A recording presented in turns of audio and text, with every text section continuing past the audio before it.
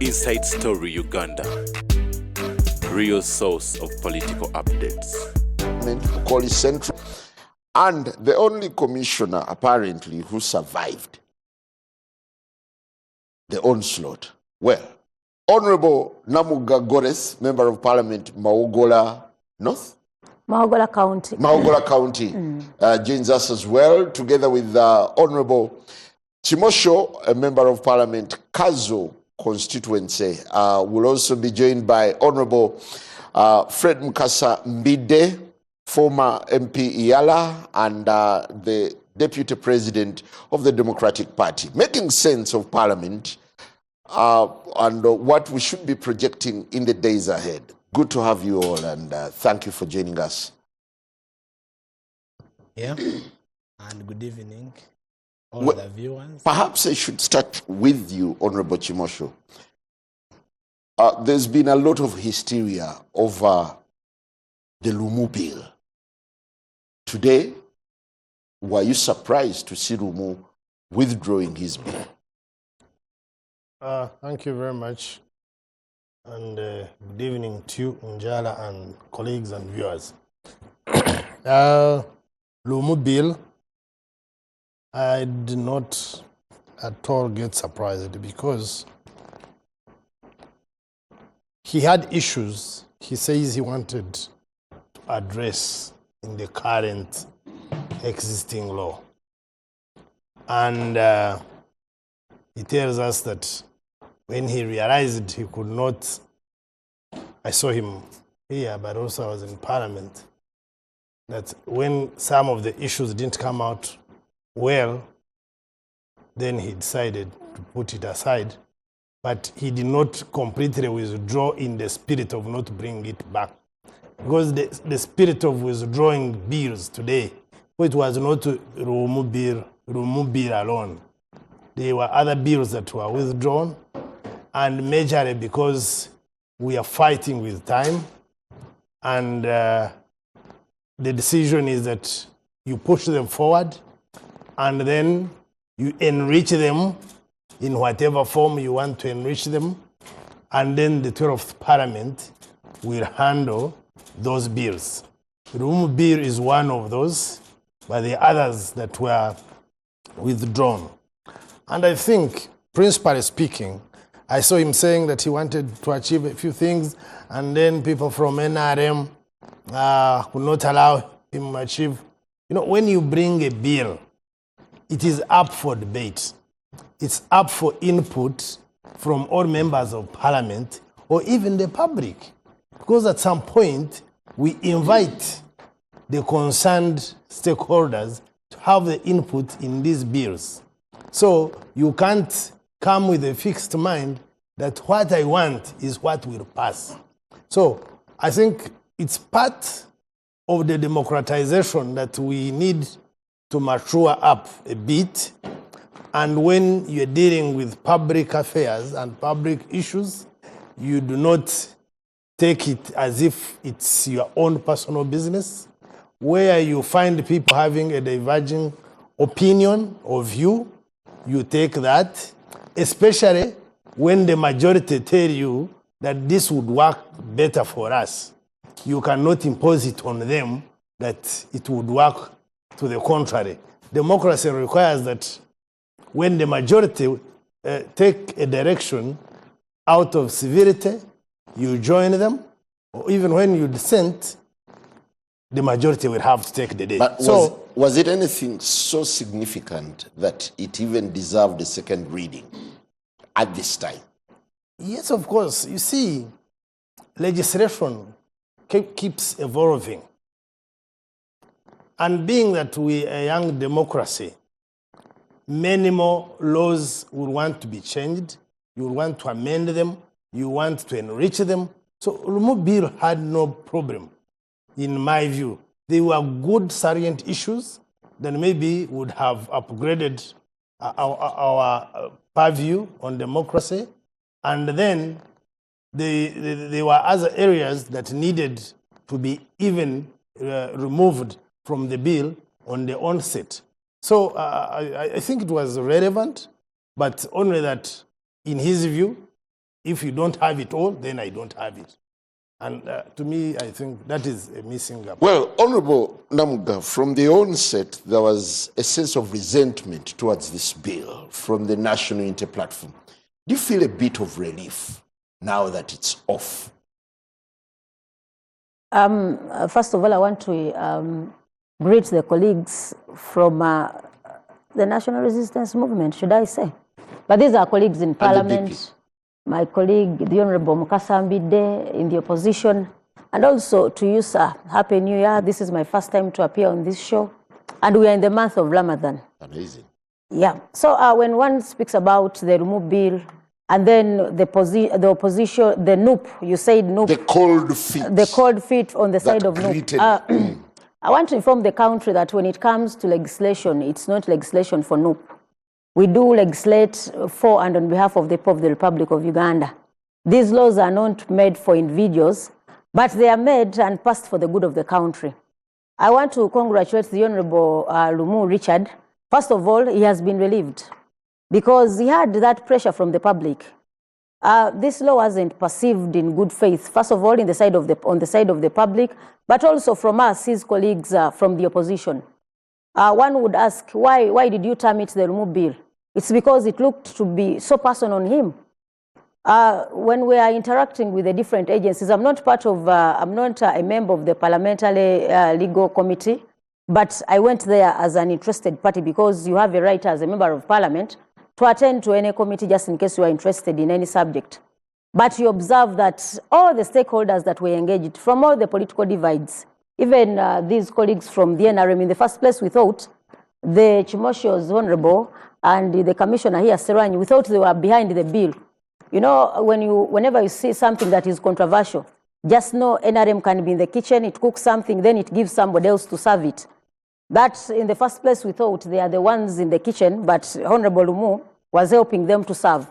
But first of all, when you look at the spirit of the bill, one would ask, how could the Honorable Lumu come up with a bill that would, in the perspective that it was in the good of the opposition, but there was limited consultation from us as his colleagues in the opposition. So that is why it was centered so much on an individual than the opposition, because we would have supported the bill just in case it was in the interest of the opposition. Yeah, but why from the onset did you suspect that it was sinister? No, it is because, I mean, we also saw it from on the floor of Parliament. You remember when they went to Gulu, it was Gulu, the first regional parliament. That is where the honorable member was given leave to. I mean, that is the first day the bill was Honorable Mu was given leave to start on the process of handling the bill. One would ask, there are so many issues that were supposed to be handled in the regional session in Gulu. But what was so much, I mean, pressurizing Honorable Lumu to have that kind of bill, introduced in Gulu. But that aside, the consultation within us as his colleagues, because Honorable Lumu is part of us in the opposition. So we thought it would have been a consultative process, the fact that he was doing it in the interest of the opposition. Number two, when you look at the object of the bill, number one, have the lead of opposition, you know, much as the ruling, I mean, he said, it is, his proposal was that the leading party in the opposition would bring a proposal, say, of 3 names. Then we have an election on those 3. But when we go for elections, people make a choice. People have already, I mean, in this multi-party dispensation, people made a choice. If you go for an election, whether NRM has rigged or not, they have been sworn in as the leading party. Automatically, NUP is the leading party in the opposition. That doesn't mean that we don't work as a team when it comes to administration. So the proposal of electing the leader of opposition, first of all, to me, that was very outrageous. Number two, that the chairpersons of committees, the shadow cabinet, would also be brought. The proposal was that it would be a discussion of all the parties in the opposition. Those are administrative issues. So if there are leakages on his part, he's pushing for inclusiveness. No, inclusiveness is administrative. I don't see any challenges in the current law. In any case, I would have advised the Honorable Lumu, if he had internal grudges with the leadership, he would have come on table to have this discussed, because he was part of us.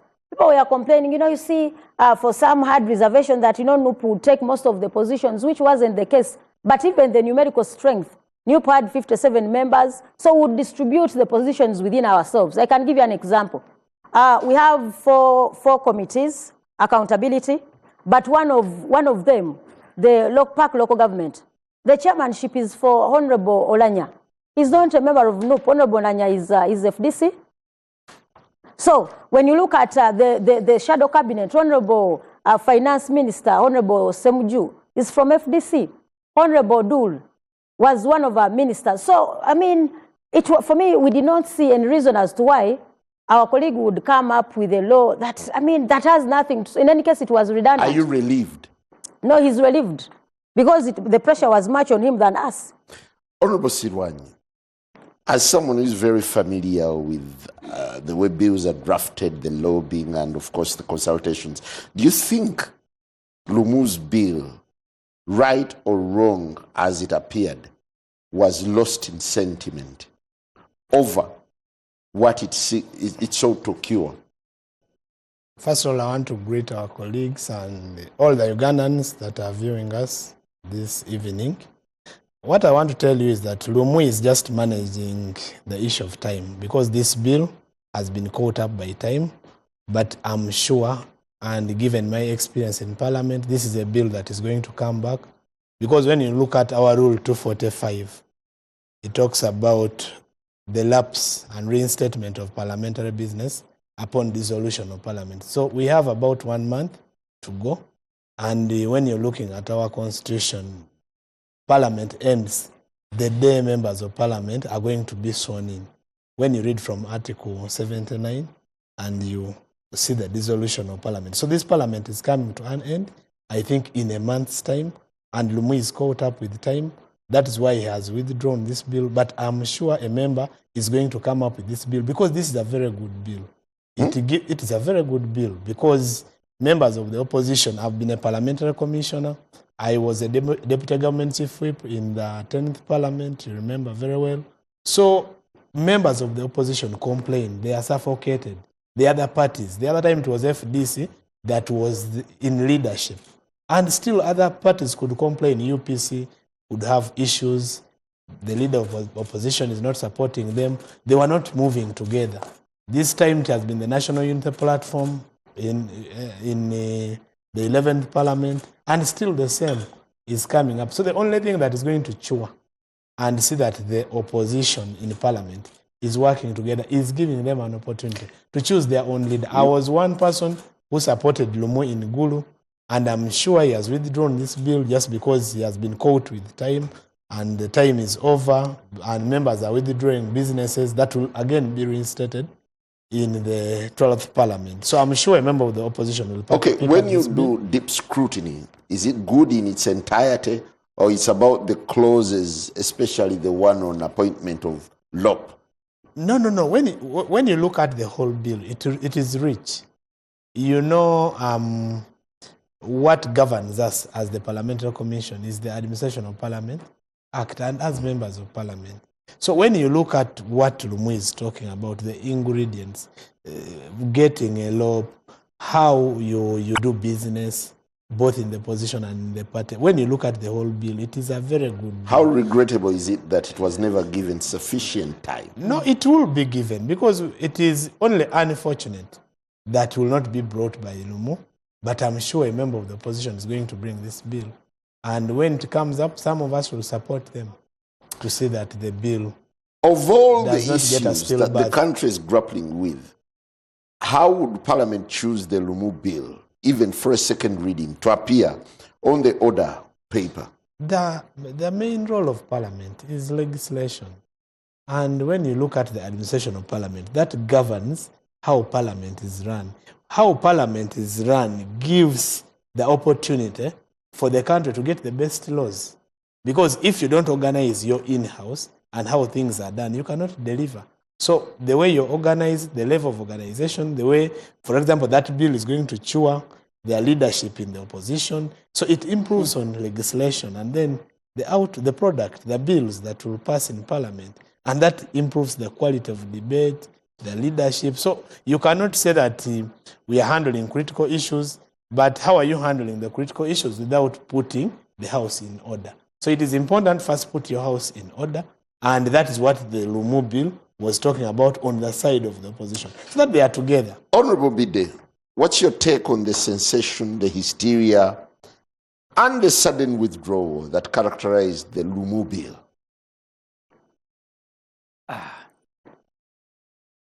Thank you, Simon.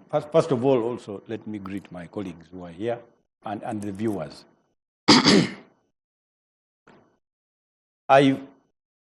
Honorable Mu came to the Democratic Party to consult on that bill. His mother party? Yes. At least for the purpose of, obviously, the completion of this term. I looked at the bill. I wanted to find out what is, I would have used that word, but you see people now, but there is no other word I would use. What is the prolegomena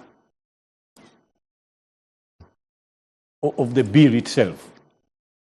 What is the intent and the purpose of the bill? What is the objective reason that makes it a logical necessity for such a bill to be introduced in Parliament? I think now I'm more clear. The audience will not accuse me. Now, first of all, I saw that it is an act in self-delusion. That anyone who thinks we have got a leader of opposition. You see, if you want to look at the Administration of Parliaments Act and you want to read it properly, use a purposive approach. Use the approach of understanding the roles of that person called a leader of opposition. You'll find, first of all, understand that this is a leader of a minority party in Parliament. In fact, other jurisdictions call him a minority leader. You don't vote for a minority leader. You see, and that is where our people will always go wrong. They tell you 1 p.m. is a rush hour. You begin to think that everybody is rushing. There is actually no movement at all. But it is a rush hour. Now, in Uganda, they will legislate and say this is an act for the formation or the establishment of an independent electoral commission. You don't rush to think that it is independent. Use a purposive approach. Find out who appoints the commission. If it is one of the candidates, then forget about the nomenclature. Look at the law. So in Uganda, we have a presidential system of administration. The president, who, for all intents and purposes, is the winner of a recently concluded election, forms government. Accordingly, the minority party are the losers of that election. They equally form one. Now, you cannot say that the other one is formed, this one we shall elect. The elections were concluded in the general election. What is generally being done is the appointment of cabinet, either shadow or the substantive. Now, where it involves other political parties, those are alliances at parliamentary level. They may not even include them. So for me, what I would think is where Parliament now should focus their minds and brains, the role of other political parties within the dispensation. And if they cannot amend the Administration of Parliament Act. Yeah, but for starters, you need to interrogate the spirit. Lumu says it was meant to streamline the administration of the opposition and to bring inclusivity. I don't know whether he has read the law. The law equates that law to a prime minister of government. So are you going to also vote for a prime minister? This is just a guy appointed by his party as a minority, a leader of a minority party in that parliament. To lead the entire opposition. The figment, the chimera of a fertile imagination that people generally at their subconscious level obtain while somebody is being called a leader of opposition is what is misguiding most people. To think that there is even anything to be legislated upon. This is just a minister. No, you seem to be pouring scorn on the relevance of the LOPS office. It is as relevant as a minister of the party who is leading the minority party, on the opposition. If we want to establish a leader of opposition, we go Westminster. We do a parliamentary system where the winner of the election is the prime minister in parliament. Accordingly, at the opposite side of the aisle, there is a leader of opposition who is the loser. So this is not what we are doing, except if we adopt, of course, because these are, except if we do Westminster like Pakistan, we do our parliamentary like the UK. Here, this is a presidential system guided by one provision. All power belongs to the people. The people definitely did their work. Well, as we get off this matter, how much did this Lumu bill expose of the rifts within the opposition, given the kind of resentment he received? I don't know. But you see, we survived because he could very easily have such a bill passed. I do not know what would become of the minority party. The party that came second, because there are two manifestos that were presented to the population. One carried the day, one almost also carried some opinion. It got 2 million supporters. Now, if it is this manifesto to definitely now be the protagonist in oversighting the other, and you take away that power, then for me, I don't know. What is left for a party like NUP, for example, to participate in the practices of parliament in Uganda? Was it suicidal in the first place?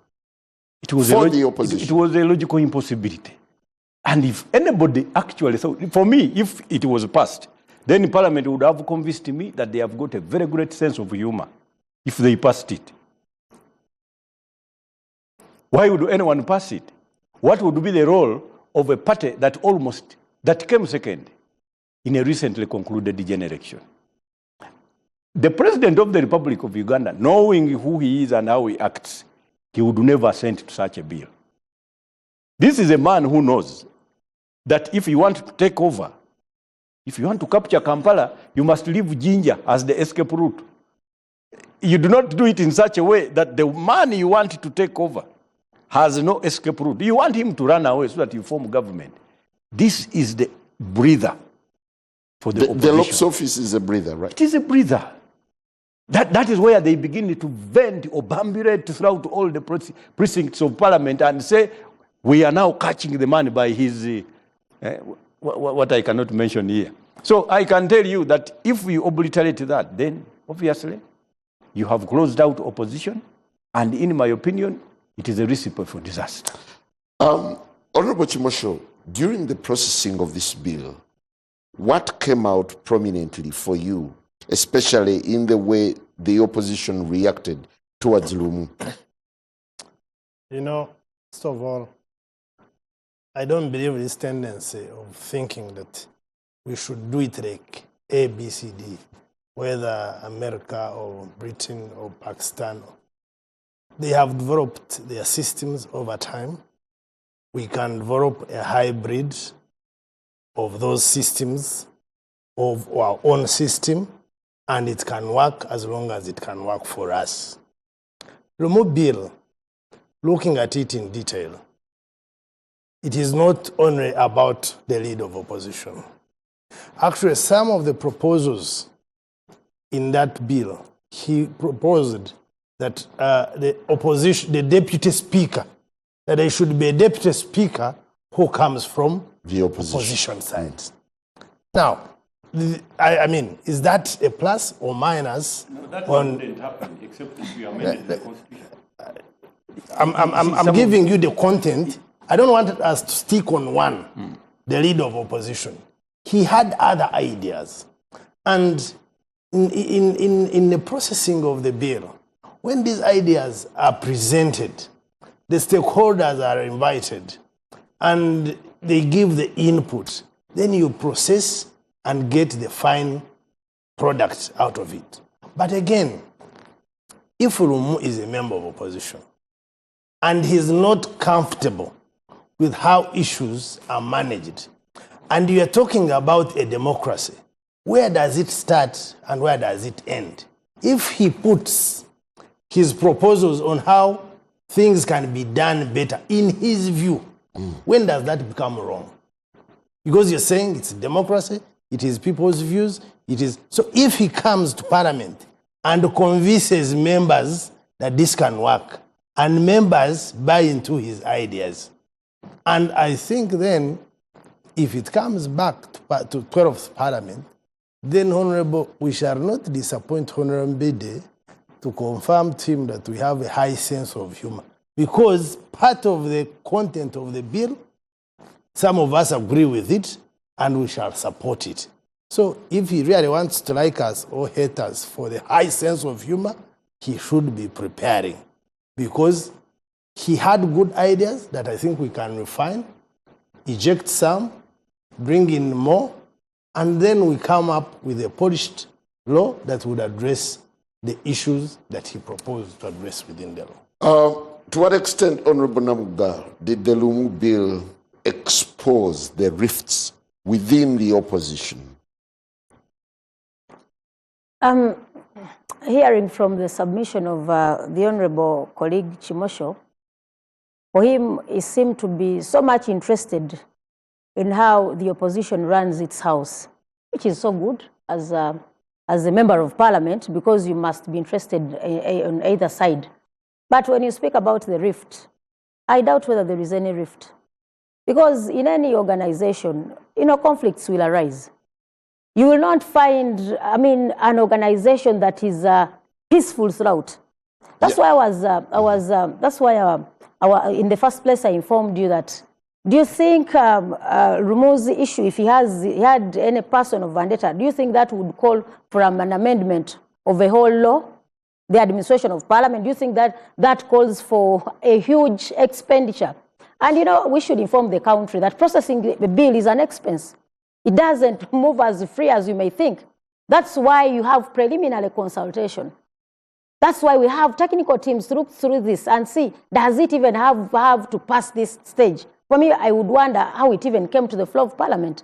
Because Rumu ought to have been advised prior. The Honorable Nbide tells you he belongs to this party. Actually, DP would have endorsed this bill. Because if Rumu belongs to DP, whether he has conflicts with his party or not, at least he belongs to the DP. He ought to have consulted his party before even coming to us others. But even if he missed out on that component, we should not take legislation for a ride. Honorable Chimosho ably knows that any law that is brought on the floor of parliament from day one, that is an expense to the consolidated fund. That is why we have preliminary processes that we go through to have some of these brought to the floor processed before coming to the floor of parliament. So when you look at the side of the opposition, not opposition alone, but even NRM themselves, we have a lot of issues. We had issues with the Parliamentary Commission. So many of these have been happening. What law did we change to put the Parliamentary Commission to order? Which law was brought? So I told you prior that some of these colleagues of ours went to the kitchen and cooked a meal. But because it would look awkward for Honorable Chimosho to come on the floor, bringing amendments in the Administration of Parliament Act on the side of the opposition. So they sit and agree that once you do this, please have somebody to carry it on your behalf. That is why they can, with a lot of vigor come out and say... So Rumu was bidding for the Chimoshos? No, these ones, definitely. Definitely, this was their move. But all that said and done, I want to inform the country that legislation must be in the interest of the people. In the interest of the people. Whether you have sentiments, not personal or as a group, it must be in the interest of the country. Yeah, but of all issues... Yes. This matter getting onto the order paper speaks volumes, doesn't it? No, that's why I was telling you, Chimosho must have been part of this. That's why he speaks with a lot of... Because... Speak of parliament. No. Let me tell you one thing. When you look at the whole, the process that Honorable Lumu went through to have this bill on the floor of parliament, I'm telling you, it was premature. It was very premature. Everyone got surprised on the way that bill came to the floor. And when it went to the committee, Honorable Chimosho and Mr. Commissioner Honorable knows that no single party, even the NRM, not even the DP, all of us, no single party supported the Rumu bill. Even I wondered, when it came to the floor of parliament, I looked through the report of the legal and the legal committee. I looked through the report, but I wondered where they got some of those resolutions, because as you do process bills, you get feedback from those that you've interacted with. So one wonders, how could that bill succeed on the floor when it was rejected by all those that were consulted? How could it succeed on the floor of Parliament? Because then the essence of or consultation loses meaning. Honorable Sirwan, you're commissioner of all issues. I was a member. As Parliament resumes, the country waited with bated breath to see the business that was being discussed. And kaboom, there was the Lumu bill. No. There was no discussion about the Lumu bill. I mean on the order paper. On getting it onto the order paper, raised eyebrows. When you looked at the order paper of today, you must have seen it was a very crowded order paper. Why it was like that is because of the time that we are coming to an end, and most bills, when Parliament is coming to an end, you either struggle to save business to be pushed to the next Parliament, or business will collapse with the end of Parliament. So some of the bills had to be withdrawn, and you saw the Lumu bill being withdrawn. And let's not look at this bill as something that is, because when I listened to Honorable Namuga saying that the bill was premature, first of all, it is a right. And cooked by you. It is a right of any member of Parliament to go and seek leave and go and bring his proposal that I want to amend this law because he brings his suggestions. And when you're going to bring up a bill, or when you're bringing a bill, you're supported by the First Parliamentary Council, you're supported by the legal department of Parliament, the ministry that is concerned. I mean, it is not something that you come up with one day and boom, you throw it down. I think Lumu had very good proposals, and it is also not right to say that in the Committee of Legal everything was rejected. No, not everything was rejected. There were people who came and stakeholders who came, and I cannot remember offshoot, but there were people who came and they were in support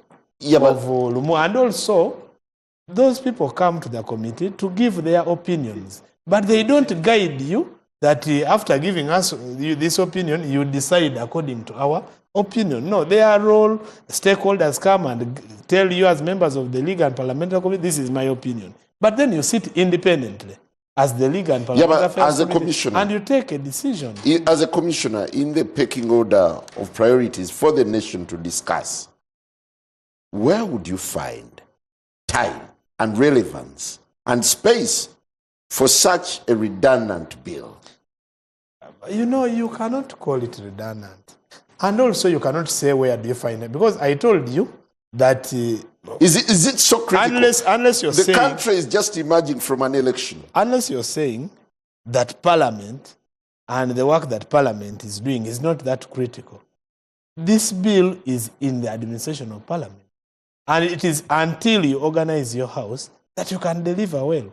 Because you cannot be having challenges inside your house and you're saying that you're delivering. So this is just a bill that was trying to reorganize Parliament. And I think it is okay. You bring it up, reorganize, then you move forward. Because once you're organized inside, once you're organized in the house, then you move better. Honorable, with your seniority in legislation, yes, does this bill making it on the order paper speak anything about the business and the priorities of the 11th Parliament? I have got a feeling they were being lumped up for purposes of shelving. And that such business had to show itself on the floor, on the order paper, for purposes of a decision to be taken thereby. But I can safely give advice as an advocate of courts of judicature to advise my colleagues here. We need to take a lot of care when attempting to amend acts, statutes, to the extent that, because I have heard my colleagues saying there are other matters that were also for consideration, including establishment of a third deputy speaker. Now, the Constitution is extremely succinct on speaker and deputy speaker. Particularly, I think it is either Article 82 or thereby. For you to establish an act of parliament that contravenes the Constitution, First of all, it must be couched in terms that you are amending the Constitution succinctly, not by infection of an act passed. Number two, we also need to understand that the country went into a multi-party political dispensation under the political parties, under the Referendum and Other Provisions Act, I think 2000. The population chose to go multi-party. So whether a political party annoys you or not, it has got its right to participate in the affairs of state. And this is where now members of parliament need to, first of all, also now curtail their own sensibilities, where they find that, for example, NUP is, the acts by NUP, in their opinion, are recalcitrant. They still need to exist and participate in the affairs of state in the manner chosen by them. Because these are people that find themselves on the floor of parliament by the decision of the people.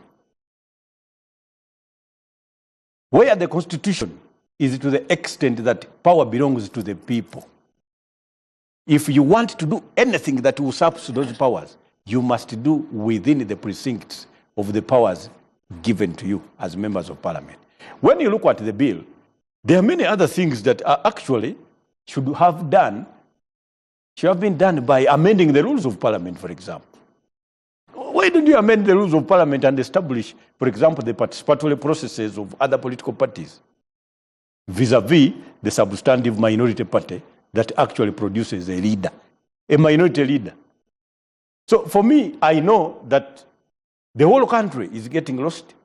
Our parliament is getting lost merely because they believe there is somebody called the leader of opposition. And the other parties also that are on the opposition believe that this leadership should be there. Part of their contribution should be how we arrive at this leader. Honorable, do you imagine Parliament is blind to critical business, that they can entertain this matter to be? There is a, for me, what I think, there is a problem where leaders obtain axiomatic faith in a political process, which tends now to, of course, blind their own independent beliefs in the manner in which we need to progress. Some actors now want to begin to think that what they are doing is actually palatable to the ruling system. That's why they keep measuring. Do you think the state would want this? Do you think this is... You find even some members of parliament in the corridor asking, why don't you tell us what the position is? Now, this can cause a very big problem. I have seen many establishments. I have looked at almost all the constitutions of the world. I know what they are trying to do might have the end game of obliterating opposition opinion. And that can be now a casus belli for activities that can even end into war. Not particularly by those that have lost, but by those that can ride on the sentiments of what you are producing. We want to end on this, and yes, as we take a very short break, you had something to say. It is exactly 1 hour since we started discussing Lumu bill here. And you are wondering why Parliament would give it time. You could have given it time, 1 hour. That's how important the bill has because become. In the dying minutes of the Parliament, of all things that Parliament chose to be on the order paper, what would be the key priorities? But well, we'll be talking much more about the hallmarks that have